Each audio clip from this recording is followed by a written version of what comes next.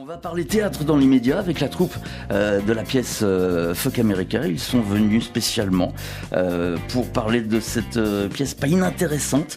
C'est le réseau théâtre avec trois personnages, trois comédiens qui, en fait, sont beaucoup plus que trois personnages dans la pièce.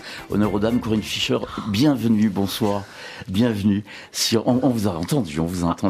Bienvenue sur Martinique Première. Merci, bonjour. Bernard Bloch, bienvenue. Bonjour. Bienvenue sur Martinique Première. Et Vincent Jaspard, vous êtes également avec nous. Bienvenue sur Martinique Première. C'est l'histoire d'un jeune juif allemand qui est rescapé des camps de la Shoah et qui part s'installer à New York. En fait, il a pas un sou, il est un peu paumé. Il passe des nuits blanches dans des bars immondes et bien vite, il va sombrer dans une détresse sexuelle. Il en aura assez. Il va repartir en Allemagne et là, il va peut-être connaître le succès. On va pas tout raconter. Il est sur un projet de bouquin. Le bouquin, juste pour l'ambiance, il va l'appeler le branleur, c'est bien ça? C'est ça. Bernard. Oui. C'est un vieil immigré juif rescapé de Treblinka qui lui donne ce conseil de l'appeler le branleur. Il pense que ça marchera très fort comme titre. C'est une bonne idée. Ouais. Pourquoi pas? Why not? Mais il dit pas branleur, il dit bronleur parce qu'il a l'accent yiddish. Alors il n'arrive pas à dire on, il dit on. Alors c'est un bronleur en fait. Ok, c'est un juif et allemand qui plus est, et tout comme l'auteur de cette pièce qui est tirée d'un roman en fait au départ. C'est un roman. C'est un roman qui s'appelle pareil Fuck America et qui date des années 80. Oui, c'est ça. Il a été publié en 80, ouais. Ouais, et qui n'a été traduit en français qu'il y a peu de temps, il y a 4-5 ans. Pourtant, cet auteur en question a publié des bouquins traduits en 18 langues. Ça n'a pas dû être facile, son parcours. Hein. Ben non, c'est pour ça que d'abord il y a eu la guerre. En fait, il n'a pas été déporté dans des camps de concentration, mais il a été déporté de ghetto en ghetto. Il a échappé de très peu à la mort. Et il n'a pu émigrer aux États-Unis qu'en 52. C'est un peu le fondement de l'histoire, c'est-à-dire que son père, qui s'appelait Nathan Bransky, demande au début de la pièce et au début du roman, demande au consul général des États-Unis de leur envoyer des visas d'immigration, vu la situation en 1938. Et le consul leur refuse et même se fout de leur gueule. Et donc, du coup, il leur propose en fait un visa d'immigration, mais 13 ans plus tard, en 52. Ouais, il s'en est passé des choses entre-temps. Voilà.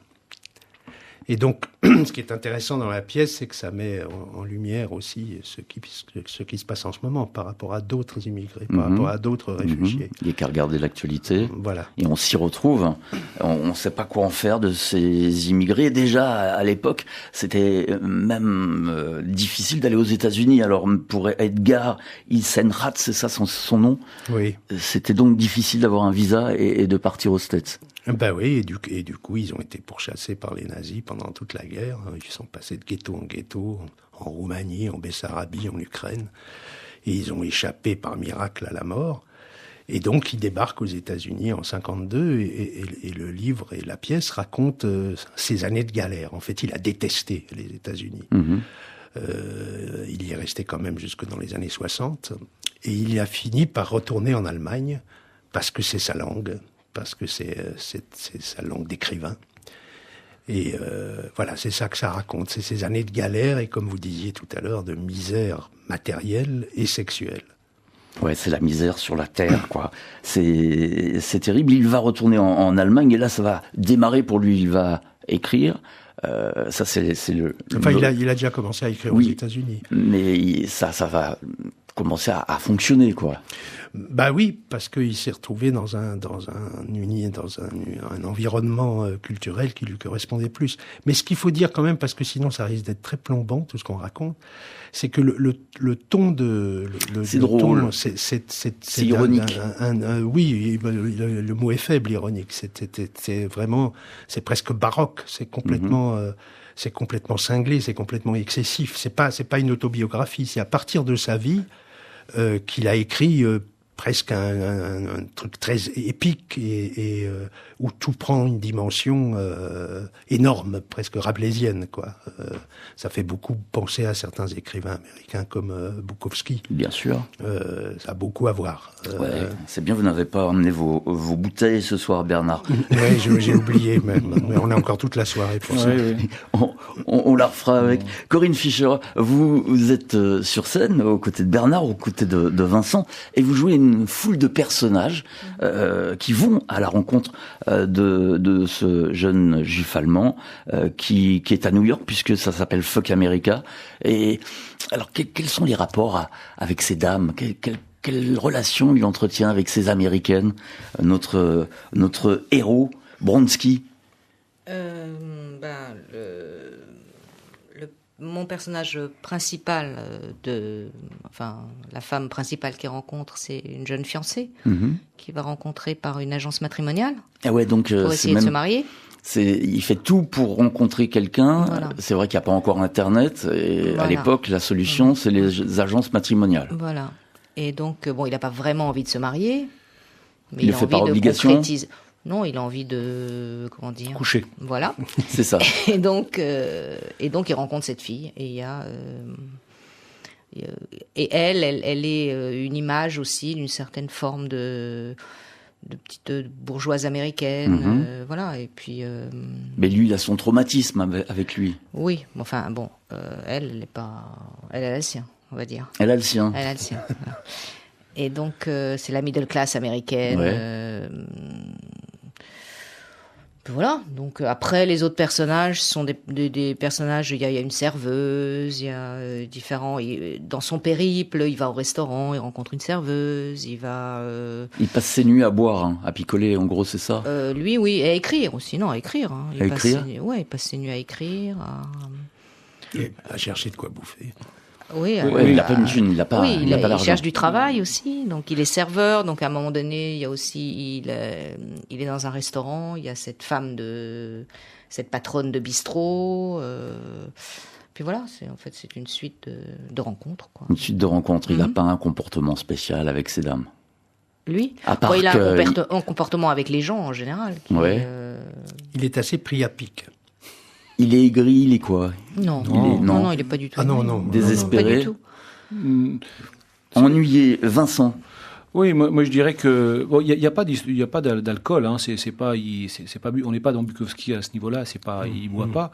Ça pourrait être aujourd'hui un jeune homme qui galère ou un jeune artiste, parce qu'il est artiste. Il faut pas oublier qu'il est quand même possédé par l'écriture et qu'il écrit toute la nuit son roman qui va finir par faire éditer. Donc il est porté par ça.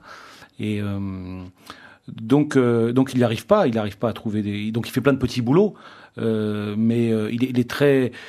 Ilsenrath dit dans un interview, parce qu'on lui dit mais vos personnages sont insolents, votre personnage est insolent, et Ilsenrath, l'auteur, répond le personnage n'est pas insolent, c'est la situation qui peut le rendre insolent. Mais il n'est pas insolent, lui, il est direct en fait. C'est la situation. Voilà, mais il n'y a pas d'apitoiement, il n'y a pas de complaisance, il décrit les choses, et il est aussi décalé par rapport à ça, il a du mal à trouver, déjà il est dans un rapport de chercher du travail, donc il fait des petits boulots qui ne l'intéressent pas, parce que lui il est porté par l'écriture. Et il y a presque un côté un peu, on parlait d'humour, mais un peu chaplinesque, je trouve, dans cette façon d'être décalé, de vouloir bien faire, de vouloir faire tous les petits boulots qui ne l'intéressent pas, et d'être à côté, quoi, de rater. Et avec les femmes, c'est pareil. Il essaye, mais il n'a pas d'argent. Il est aussi apatride. Enfin, c'est pas sa culture. Il vient d'ailleurs, quoi. Et donc ça simplifie pas les choses. Il fréquente aussi des émigrés juifs de sa culture, qui galèrent aussi dans ce bar, etc. Donc il est décalé pour toutes ces raisons. Mais il n'est pas, c'est pas un alcoolique, c'est pas un poivreau, c'est pas un voyou. C'est simplement quelqu'un qui est dans une certaine misère humaine, quoi, et qui fait tout pour s'en sortir. Oui, d'une certaine manière, oui. Puis c'est aussi un texte sur la société américaine et sur sa brutalité. On est dans les années 50. Ouais. C'est encore le rêve américain. Oui. Mais justement, lui, il y croit pas trop. Il y croit pas trop au rêve américain, c'est-à-dire il pense que le rêve américain ne fonctionne que pour certains et pas pour d'autres. Ouais. C'est un rêve inégalitaire. Ouais. Il paraît que ça n'a pas beaucoup changé. Il paraîtrait, oui. Mais il n'y a pas qu'en Amérique, d'ailleurs. Non, bien sûr. Mais c'est effectivement c'est aussi ça que ça raconte, c'est la violence de la société américaine. C'est Brecht qui disait, on dit souvent d'un fleuve qu'il est violent, mais on dit jamais rien des rives qui l'en serrent. Et c'est un peu la même chose que ce que disait Vincent sur l'insolence, quoi. Vincent Jaspard, plusieurs personnages également, un petit peu comme Corinne, vous mettez plusieurs manteaux, plusieurs casquettes dans cette pièce. Ben non, en fait, moi, je joue que Bronski. C'est vous. C'est donc Bernard qui joue Bronski, qui joue les personnages. Voilà, qui joue tous les personnages masculins, 13, je crois. Oui. Et Corinne, tous les personnages féminins. Donc en fait, c'est un type qui raconte sa vie. Et les personnages surgissent comme des petites, au gré de l'histoire, comme des scénettes, etc. Voilà, c'est qui viennent appuyer le propos. Oui, puis c'est aussi ce qui fait la poésie et l'humour aussi du spectacle. Comment vous avez eu l'idée de reprendre ce spectacle? Ça a dû être joué déjà, c'est pas une première. Le réseau théâtre s'est mis au travail. Au départ, en fait, j'ai eu un coup de foudre moi pour le roman, un peu par hasard. Et puis j'ai eu envie de l'adapter au théâtre. Donc une première adaptation. Oui, alors j'ai fait de l'adaptation tout seul dans mon coin, et j'ai pensé à Bernard et Corinne pour travailler avec moi. J'avais l'idée donc de trois comédiens, enfin 2 comédiens, une comédienne pour incarner l'adaptation. Et puis après, avec Bernard et Corinne, on a retravaillé. Bernard a produit le spectacle. On a énormément retravaillé l'adaptation ensemble, et voilà. Oui, c'est ça, on a remis les choses sur le tapis en travaillant, on a remodifié l'adaptation, puis on s'est mis à construire le spectacle. Vous avez affiné les choses, en tous les cas. Il y a de belles critiques, le Pariscope qui avait écrit « Il y a tout dans ce formidable spectacle ». C'est plus qu'une pièce, c'est un spectacle, Corinne? Oui, puis il y a aussi le musicien, il y a aussi Thomas, et la musique est une partie intégrante quand même du spectacle. C'est ça aussi. Alors c'est quoi? C'est de la musique yiddish? C'est de la musique américaine? C'est un peu tout ça. C'est un petit peu tout ça, oui. Et puis c'est Thomas qui a sa propre créativité là-dedans, qui a mélangé tout ça, oui. Et ça fait en fait qu'on peut passer d'une situation à une autre, et que ça fait des espèces d'encarts, enfin qui nous dirigent vers les autres. Dans chaque situation. C'est ça, ça permet un lien entre chaque scène, puisque en fait ce sont des scénettes, comme le disait Vincent Jaspard, ça n'a pas dû être facile en fait. C'est une première adaptation pour un bouquin qui a été traduit en 18 langues. Fuck America, ça n'a pas dû être facile, on vous attendait au tournant, Vincent. Oh ben non, je pense pas les gens connaissaient pas vraiment le roman de toute façon, mais au départ c'est presque un jeu, hein, c'est un jeu. Le roman était assez théâtral, je trouvais. Enfin moi ça évoquait plein d'images, etc. Puis c'est un roman très dialogué. Et puis après il y a une première adaptation qui est une sorte de nerf un peu du roman, d'arête centrale, enfin de garder que l'essentiel, l'essence du roman. Et puis après on a beaucoup travaillé ensemble. On a beaucoup modifié parce qu'après vous avez une première adaptation, mais c'est pas vraiment une pièce de théâtre. C'est un objet, et puis après on le retravaille énormément, c'est-à-dire qu'on dit comment on le met en scène, comment on le travaille, qu'est-ce qu'on fait avec ça, etc. Et ça c'est Bernard qui est intervenu. Oui, Bernard a beaucoup. On l'a fait tous les trois, mais enfin j'ai plus l'habitude, mais j'étais à l'intérieur, donc c'est pas du tout une position de metteur en scène. C'est ça, vous n'avez pas l'œil extérieur. Non, et on n'avait pas d'œil extérieur, c'est-à-dire qu'on se regardait de l'intérieur, quoi. Ouais. Et ce à quoi on est arrivé au cours du travail, on a travaillé assez longtemps. Pas longtemps, on a travaillé 6 semaines en tout, mais sur presque 1 an. Et donc ça avait le temps de mûrir. Et ce qu'on est arrivé petit à petit, c'est à élaguer jusqu'à arriver à un spectacle où il y a vraiment que 3 acteurs, un musicien et 4 tabourets. Pas le moindre accessoire extérieur, c'est-à-dire c'est vraiment du jeu du texte. D'accord, une scène dénudée totale. Oui. Simplement par la lumière, le son. Voilà, la lumière aussi, effectivement. On arrive à rentrer dans une ambiance. Glauque l'ambiance, non? Non. Corinne Fischer? On peut pas dire ça, non. On peut pas dire ça. C'est très. En fait, c'est divisé quand même en 2 parties, parce qu'il y a une première partie où le narrateur rencontre tous ces gens. Après, ça se canalise un peu. Il fait une psychanalyse. Il rencontre une psychiatre, enfin une analyste, je sais pas. Psy, là, on rentre encore dans autre chose, quoi, où c'est plus dans le fond les raisons de tout ça, quoi. Parce qu'en fait, c'est un roman qui parle de la conception d'un autre roman. Mais c'est très intime en fait, en même temps, quelque part. Il se délivre, il se dévoile. Il se met à nu pour le spectateur et pour le lecteur, certainement. Vincent Jaspard. Oui, c'est-à-dire que c'est très tonique en même temps. C'est-à-dire qu'il est dans une grande énergie parce que faut oublier que lui, il est vraiment porté par ce qui l'intéresse en fait, c'est d'écrire son bouquin et il est porté par ça. Donc en fait, il faut qu'il bouffe, il faut qu'il trouve de l'argent pour. D'ailleurs, il a vraiment plus un sou en poche comme il le dit, mais il est porté par ça. Donc ce qui l'intéresse, c'est d'écrire. Donc on le voit à l'œuvre en fait. Donc et tout ça est très tonique en fait. Il y a pas de complaisance, il y a pas de. C'est très. Mais il est un peu aussi dans la situation de tous ces artistes finalement à New York qui débarquent pour créer quelque chose, quoi. Que ce soit des écrivains, pour devenir célèbre. Oui, il y a quand même. Enfin, je sais pas s'il va vraiment pour devenir célèbre. Il va pour écrire, mais comme à New York, comme il y a beaucoup d'acteurs, de danseurs, qui font des petits boulots, qui essayent de se faire une vie d'artiste là-bas. Et lui, finalement, il est un peu dans cette mouvance-là, qui est toujours maintenant, qui existe encore. Non, mais c'est complètement d'actualité. Est-ce qu'on va vivre avec vous son retour en Allemagne ? En partie, oui. Bah oui. Oui. Autre ambiance, alors. On va complètement. Alors là, il raconte qu'il est reçu comme le roi en France, quoi. C'est-à-dire qu'on lui déroule le tapis rouge à cause de la culpabilité des Allemands envers les Juifs.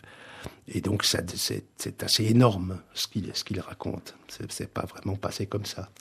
Mais effectivement, il est mieux accueilli en Allemagne qu'aux États-Unis.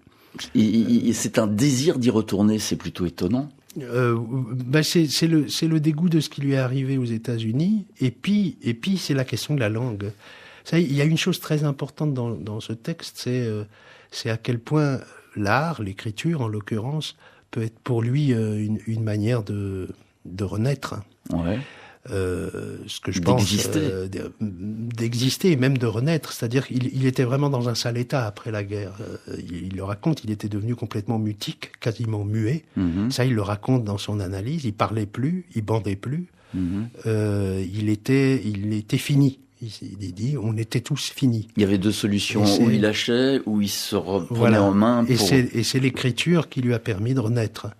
Et donc ça raconte aussi ça sur la capacité à l'art, à l'écriture, de revivre. Mais son retour en Allemagne, si son séjour aux États-Unis était plutôt compliqué, son retour en Allemagne l'a dû être encore plus, Vincent Jaspard. Je vais revenir en arrière un peu par rapport à ce que disait Bernard. Effectivement, il écrit pour guérir. Il n'écrit pas pour être célèbre au départ, il écrit pour guérir. Et l'écriture est une nécessité. C'est une nécessité d'écrire ce roman.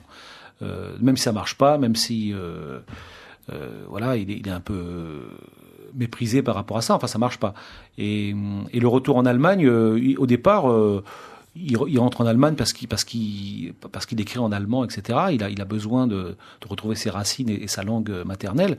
Et il y croit pas des masses au départ. Hein. Et puis, je crois c'est pas évoqué dans le roman, mais dans sa vie, il y a eu presque un hasard. Il y a un petit éditeur qui l'a remarqué. Et après, c'est devenu très vite, ça a été traduit et c'est devenu un écrivain de best-seller. Mais c'est ça. C'est presque.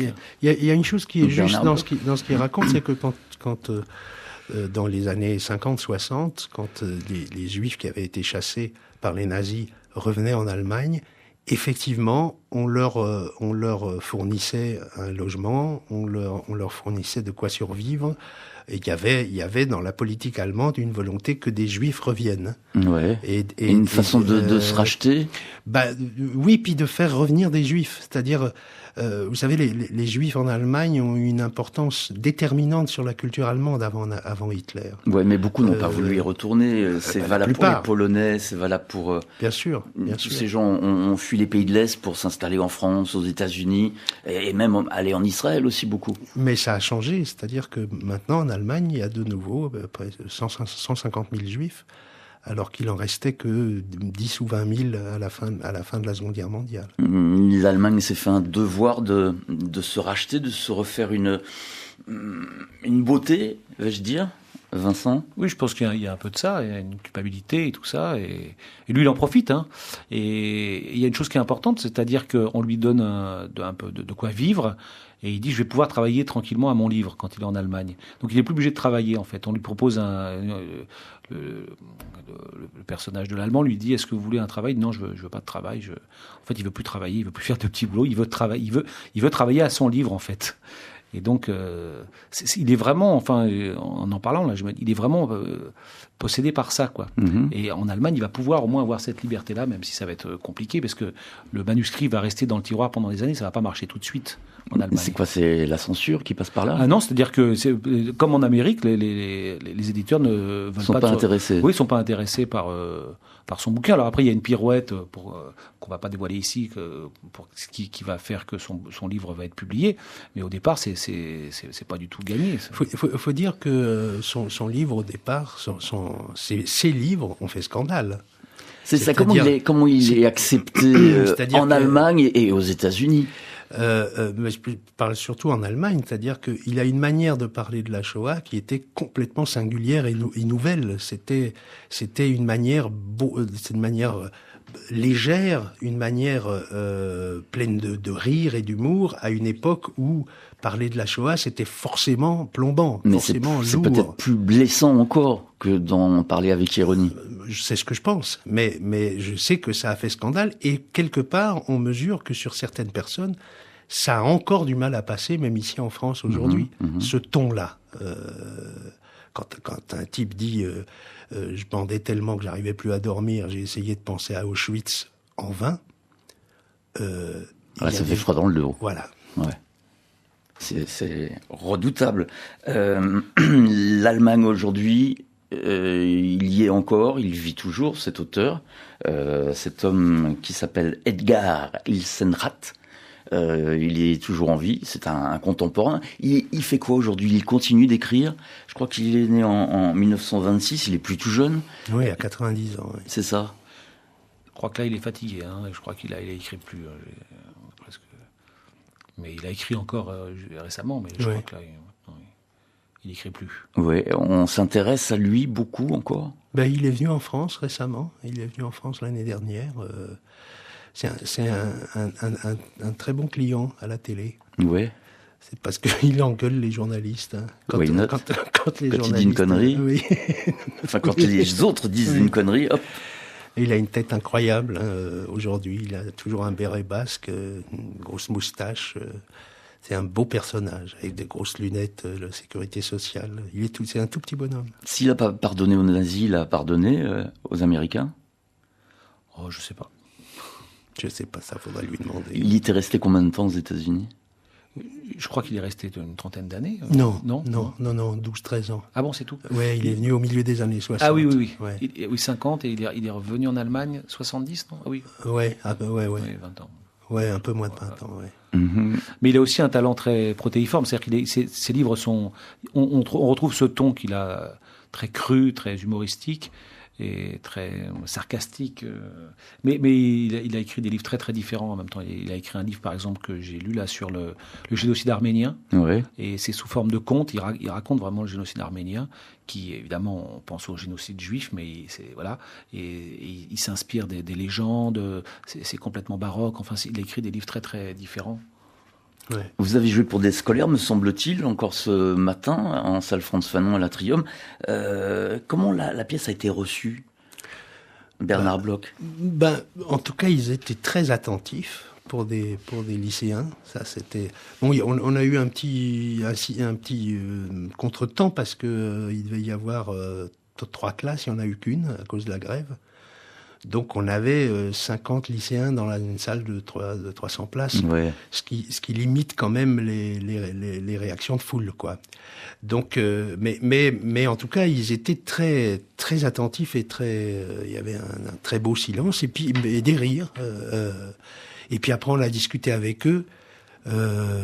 Difficile à dire, parce qu'ils ont beaucoup parlé de théâtre. C'était des élèves à 3 théâtres.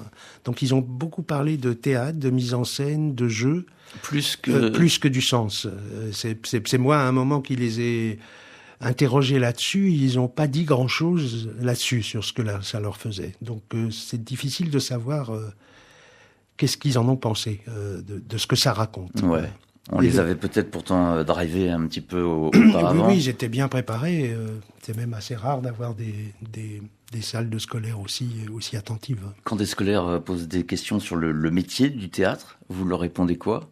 Que c'est un métier... Mais justement, là, c'était pas des questions banales sur le métier de théâtre, c'était vraiment des questions sur la mise en scène, des questions très pertinentes sur cette mise en scène ascétique, cette mise en scène sans décor illustratif. Non, il n'y avait pas des métiers, des questions du genre comment vous faites pour apprendre votre texte ou comment vous faites pour ne pas oublier. Ça fait rire, Corinne Fischer. En tous les cas, merci à tous les trois d'être venus jusqu'au micro de Martinique Première. On rappelle que la séance pour tout le public, ça se passe jeudi soir à partir de 19h en salle Frantz Fanon entre Picatrium. C'est la première fois que vous venez en Martinique ? Oui. Et depuis dimanche, ça se passe bien ? En tout cas, moi, ça me plaît beaucoup. Ouais. Je peux pas dire que je connaisse encore grand-chose, mais je me sens très bien ici. En tous les cas, merci d'avoir fait le déplacement jusqu'au micro de Martinique Première, le réseau théâtre, donc invité du Tropicatrium, Corinne Fischer, Bernard Bloch, Vincent Jaspard. On vous retrouve jeudi soir. Merci infiniment. Merci à vous. Merci à vous. Merci.